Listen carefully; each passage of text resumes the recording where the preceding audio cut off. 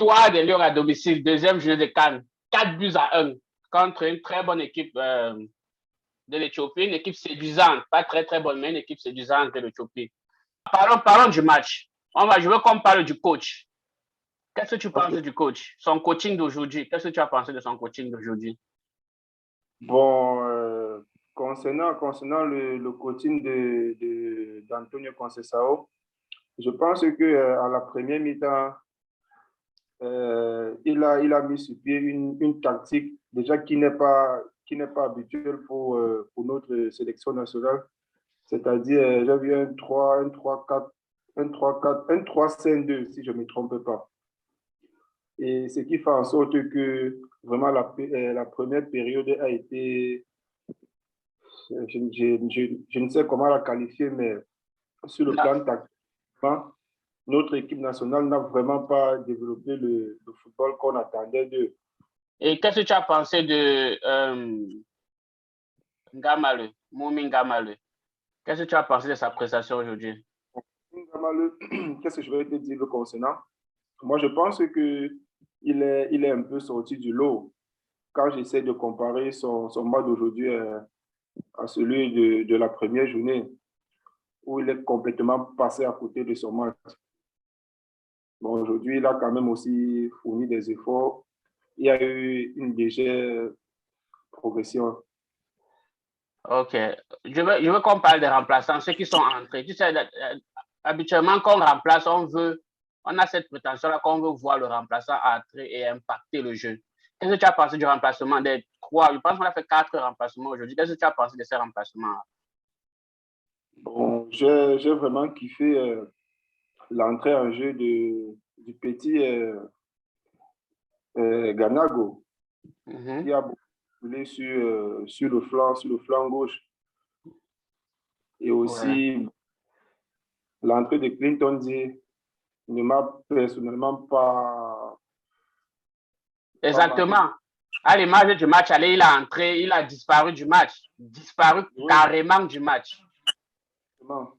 Moi, je n'ai pas, moi, j'ai pas vraiment senti son entrée en jeu lors de ce remplacement-là. Bon, je pense que lui aussi, il doit vraiment fournir encore beaucoup d'efforts, étant donné qu'il y a la jeunesse là qui est en train de venir en force.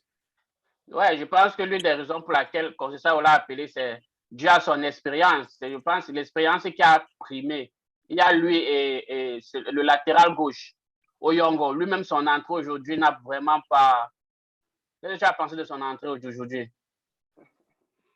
Oui, tu sais, Oyongo Bitolo déjà sort d'une longue période de blessure.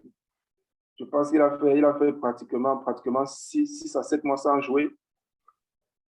Et pour une compétition comme celle de la CAN, je pense que le résultat qu'il a obtenu n'est que normal.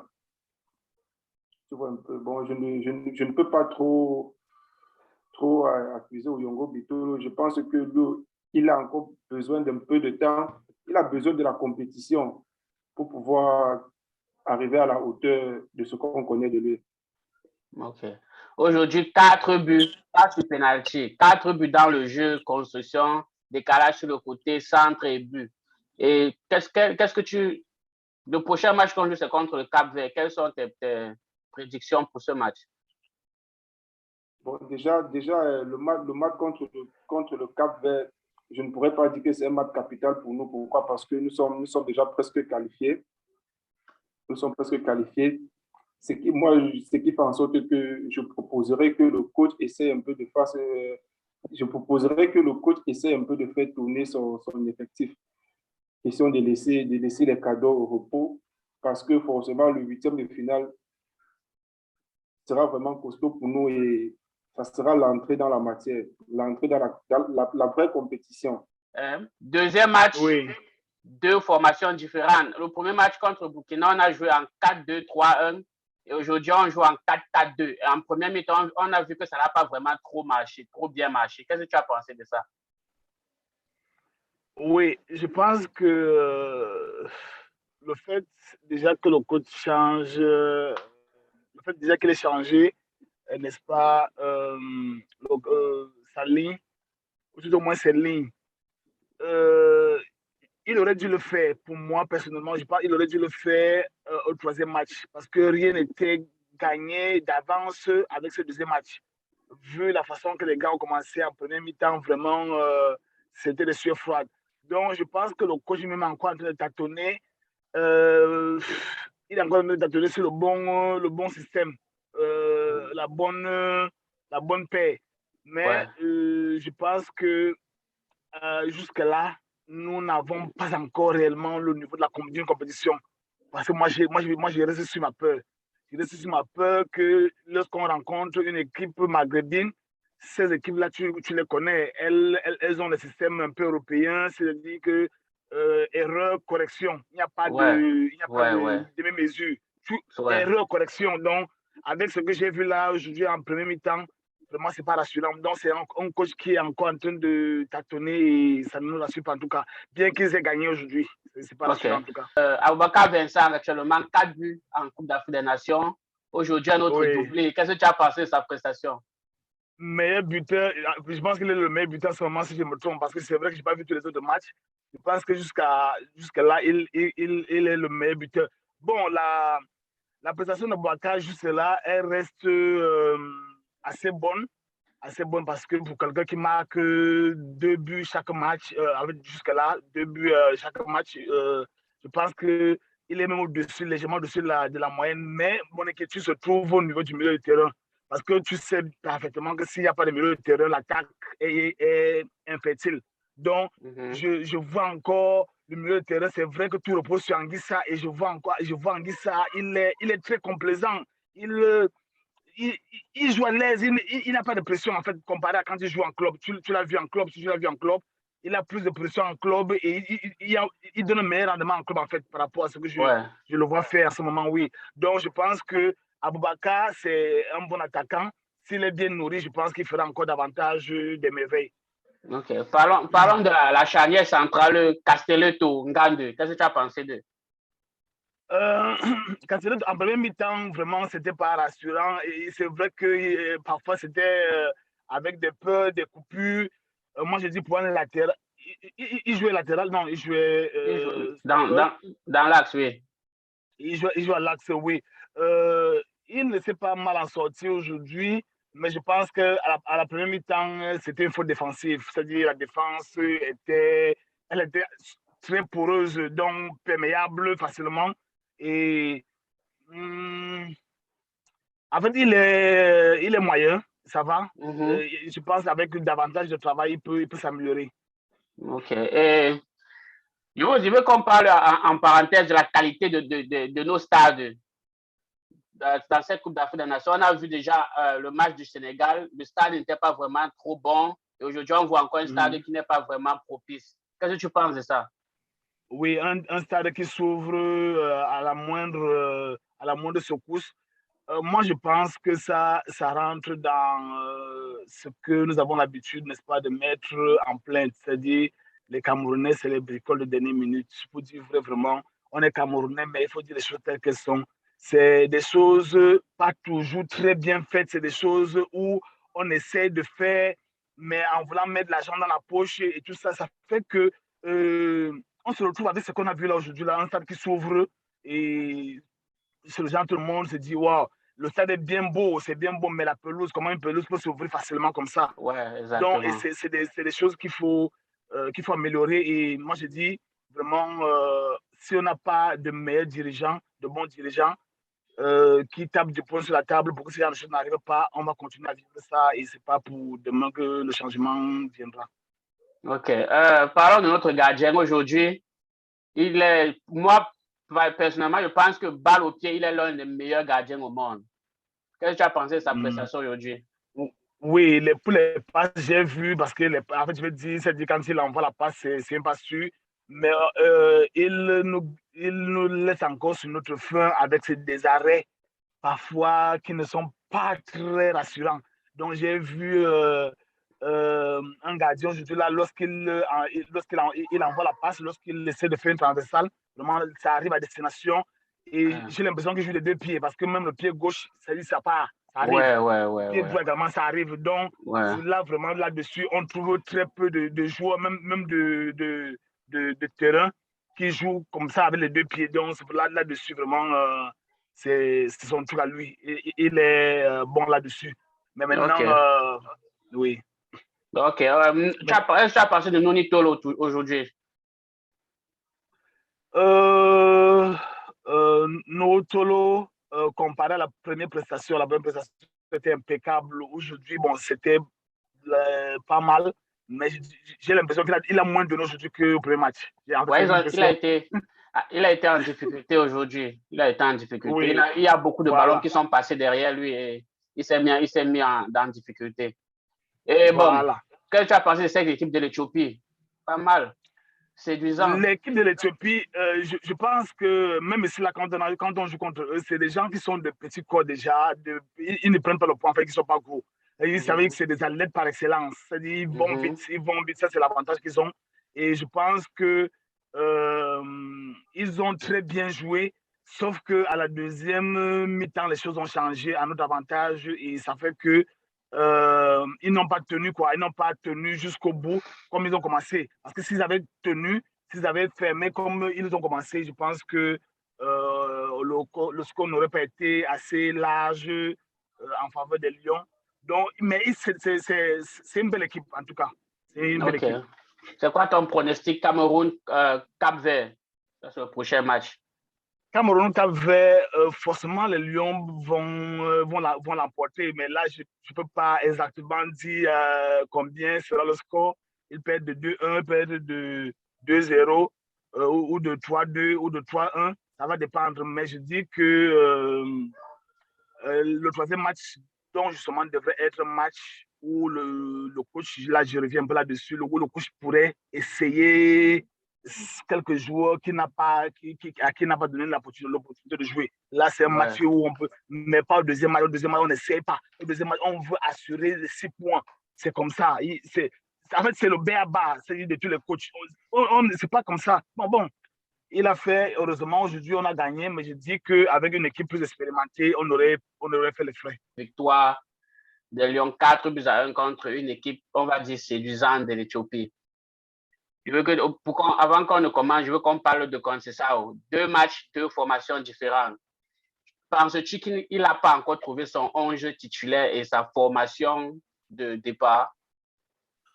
Je peux dire oui, je peux dire non. Et puis, je me dis oui parce qu'il n'a pas pu aligner en même 11 2 fois.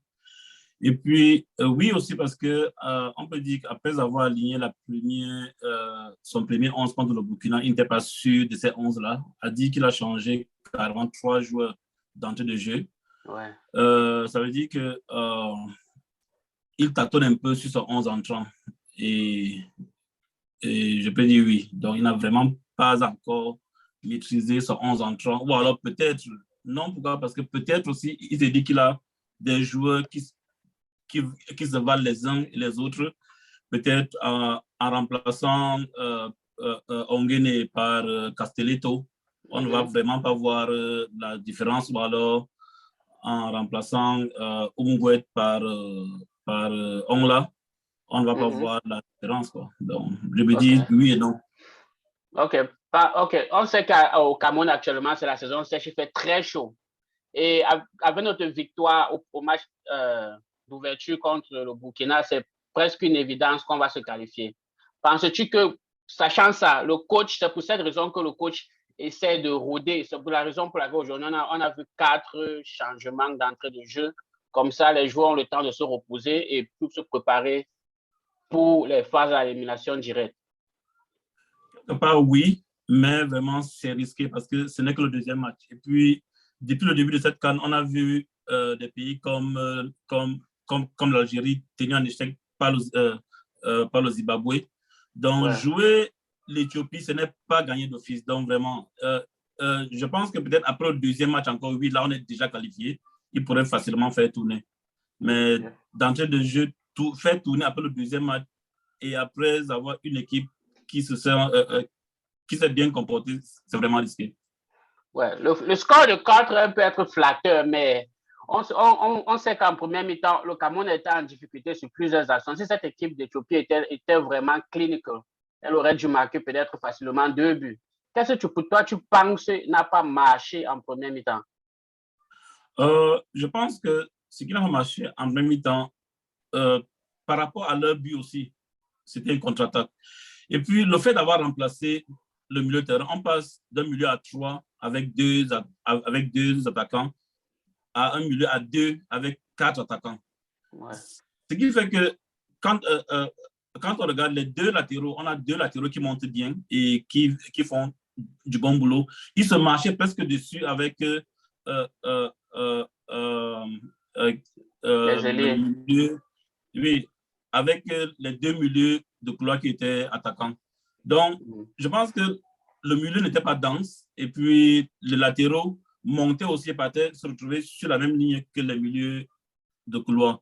Donc on s'exposait au contre-attaque. Je pense que c'est ce qui n'a pas vraiment marché en premier temps. OK. D'entrée de jeu, on prend un but. Ici, je veux souligner la mentalité forte des Lions indomptables du Cameroun. Au match aller, on a pris un but, on a su revenir derrière et on a gagné le match. Aujourd'hui, on prend un but d'entrée, on parvient à revenir et on gagne le match. Mais il faut qu'on soit réaliste. Ça ne va toujours pas marcher. Contre des équipes de gros calibre, tu n'auras pas toujours cette possibilité-là de revenir après avoir encaissé le but, le premier. Qu'est-ce que tu penses que ces Lions doivent faire pour éviter d'encaisser les premiers et aussi tôt dans le jeu? Comme on l'a vu, on encaisse un but sur une contre-attaque. Ça veut dire qu'on se précipite un peu. Par contre, on réussit à revenir très vite, ce qui nous aide mentalement. Parce que dans ce type de match, l'erreur à faire, c'est de partir à la mi-temps avec un but en retrait. Ouais. Ça joue sur le moral. Maintenant, pourquoi on encaisse très vite les buts? Parce qu'on se presse un peu trop en début de match. Mais heureusement, on a ce mental et puis on réussit à se calmer et puis reconstruire de derrière. On ne peut rien à reconstruire de derrière quand c'est bloqué. Surtout quand on joue avec des équipes qui sont assises. Il faut savoir reconstruire de derrière et puis être patient. Ne pas forcer quand ça ne va pas. OK. Aujourd'hui, le Cameroun marque 4 buts dans les phases de jeu, pas sur penalty, comme on a vu au premier match. Qu'est-ce que tu as pensé de l'animation offensive de l'équipe d'aujourd'hui?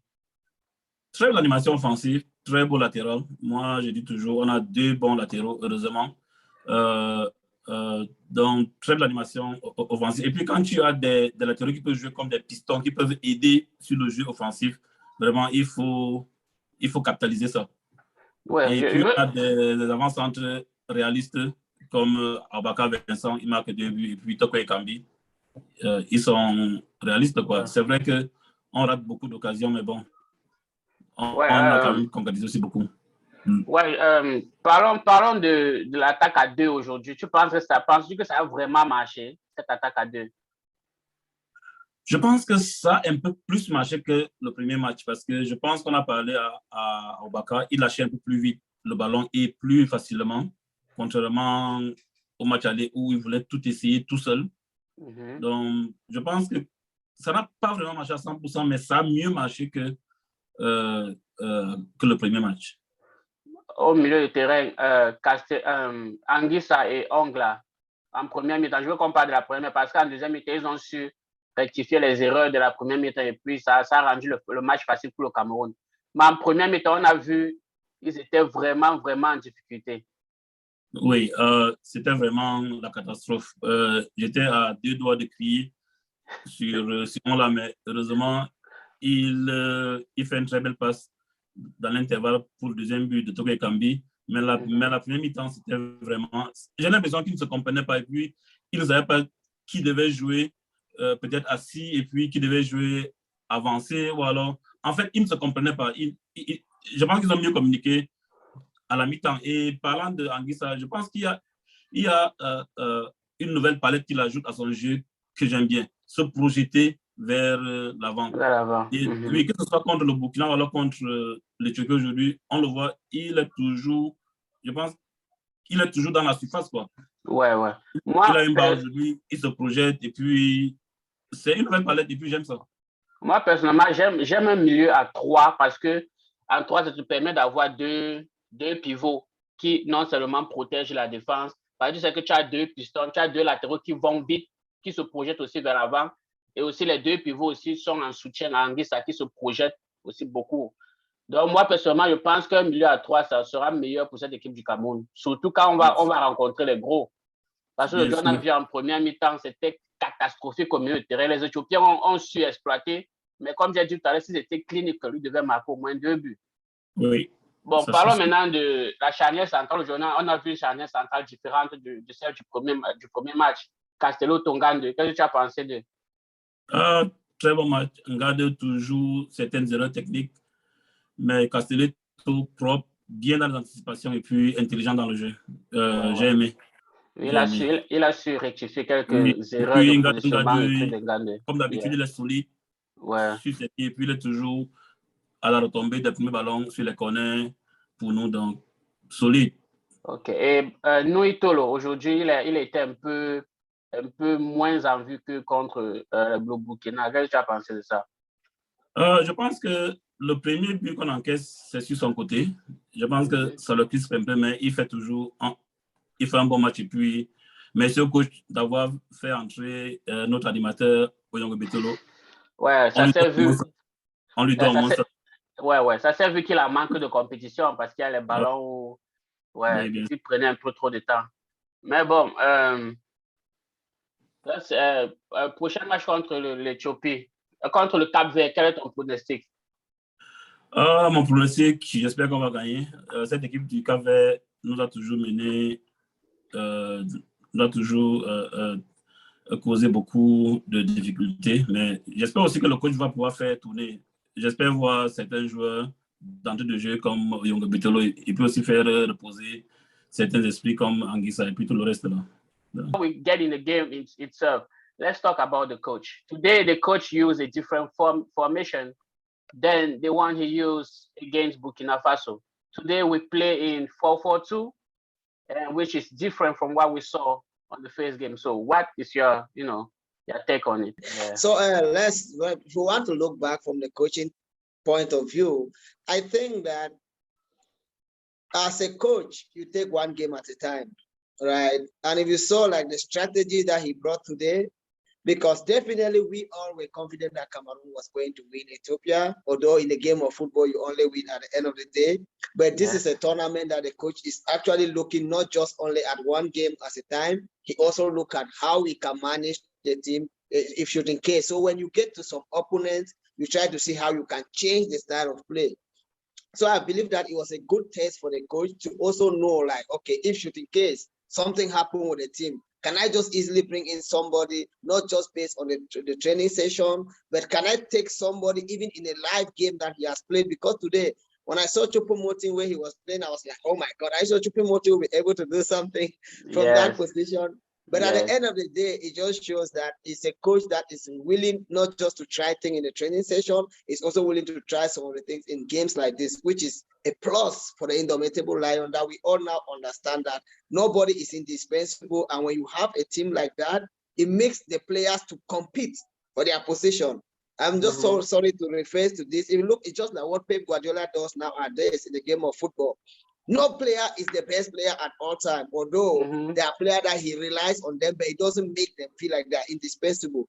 Because in the last game, if you remember my comment, I was thinking like the 6th shirt last time was like, oh, indispensable. But today the coach also brought another people that you understand that although the last time Umguet was much better, but there are still some other guys that in his absence, they can still do something. So technically and tactically, I think that was good for us.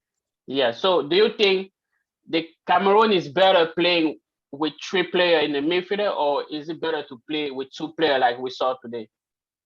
I think 3 players is much better. The modern game of football, when you are able to dominate the midfield, it's always so difficult for the opponent to break you down. So I think that we need to work on that. Yes. Now let's talk about the 2 central defenders we had today. Today it was different. We had Castelletto and what's the name of the other guy? Ngande. Castelletto and Ngande, which is different from what we saw against Burkina Faso. So what do you think? How did you see those 2 guys playing together today? You know, when there was one thing that I observed overall from the game of today, And I said that if we continue with the same mindset and the same mentality that we have, we are lions, but if we don't take care, it's not all the time that the lion is always the king of the forest. Because if we continue with the mindset of always conceiving first, there are some things that we succeed to conceive the goal first before them, we might not be able to come back. Yes. So I believe that the defense is something that we don't need to play with that much, right? So changing the defense that frequently is not something that is going to help the Lions, because the more you keep the defenders to play together, the more they build a team spirit, the more they understand each other, and the more they will become better. So I believe that we also that the defense today was not as solid and was not as compact as the defense we saw in the last game. So I believe that if the coach really want us to go far, because I'm just giving, if we play Nigeria and we allow them to score us first, for us to come back, it's not going to be an easy situation, just for example. Exactly. So something that as a team, as a whole, midfield, defense, our attack has proven so far that they are good. So we need to make sure that our midfield and defense, let's try to keep them to play more together and more compact and not just swap them all the time. Yeah. So let's talk now. Let's talk about the substitute. Yes. Let's talk about the substitute. Like just like the first game against Burkina Faso, Clinton J came in today, but for some reason it just disappeared. Like he didn't have no impact on the game. He didn't pretty much do anything. Same thing for the right back Oyongo. To me, he came in, but he didn't really have a huge impact on the game. So what did you think about the substitute? I think we did like 4 or 5 substitutes today, or 4 substitutes today. What you said is the same thing that I've observed. And I believe that Clinton J, when he came in the last time, the first 2-3 touches were good. Then after those first 2-3 touches, it was like in his mind, oh, I'm actually playing the African Nations Cup in Cameroon. He was satisfied. When he came in today, he was actually supposed to take a yellow card. The time that the referee was actually talking to him, he actually merited a yellow card. He was too relaxed, like, oh, we have achieved. I'm like, you don't even have a position in a team. You are playing in your own country. You are playing in front of your brothers and sisters, your parents, and your even great-grandfather that are no more alive. There was no patriotism. He was playing less. He was playing more like a rabbit, not like a lion. So it's something that I think that he needs to get to the level of being part of the Lions, because as a lion, when you move from the beginning to the end. When Lion set his target, it goes for the target till the end of the day. It's like Clinton J is already celebrating the victory for the game of today, even before the game could end. The Lions are not playing for one game victory. We are playing for the trophy. So if he doesn't change his mindset, I think that I, for one, I'm one of his best fans. I love him as a person. I love him as a footballer. But his performance, to me, the next game, he's not even supposed to enter the field. That might even push him to work harder and know that he needs to merit a place to play in the next game, because I was totally disappointed with him. And even because when you are on the reserve bench in anything that you do in life, not just soccer, the day that they give you an opportunity to play, you have to showcase your talent. That was an opportunity for him to give him their best. But when you come in and there is no comparison with the person that left, look at this man today. What is the 3 shirt? Is it Ngamalo? Yeah, Ngamalo, yes. Okay, look at the last game and the game of today. He had a much better game today. I was caring for him. Like, I saw the spirit, I saw the love, I saw the enthusiasm, I saw the energy that he was playing with. Okay, those are people that have played 2 consecutive games. But you see that from one game to another, he's improving. Let me look at Tulu. Tulu was still giving in his best, like he's fighting for a position in the team. Those are the kind of things we'd like to see. And I believe that the substitute that we had today, they had no impact on us. Yeah, no impact. The only one who tried was Ganago. He's the only one that tried to do something. Yes. Yeah, so, and let another brace for the captain, Abubakar. Another brace today. So I think now he's a scoring leader with 4 goals. Yes. Tell me, how did you? You know, I said in life, in modern world and in modern society that we live in, it's always good to lead by example. Yes. That he has proven that he's a captain, fantastic, he's captain result, he's captain that you can look up to. He's a leader, not just by word, he's a leader by action. When you need him most, he rises to the action. right? Yeah. He could still score the fourth goal, he will still be a goal, but he scored the first goal, right? Now the second goal that will make the team understand that, okay, the pressure that we were having on one-on-one, the Ethiopians psychologically, they started feeling the pressure and they could barely even walk. When he scored the third goal, the game was over, right? Oh, yeah. The Ethiopians, we could even score like 3, 4, 5, 6, 7, 8 goals because, so that is when you need your captain to step up.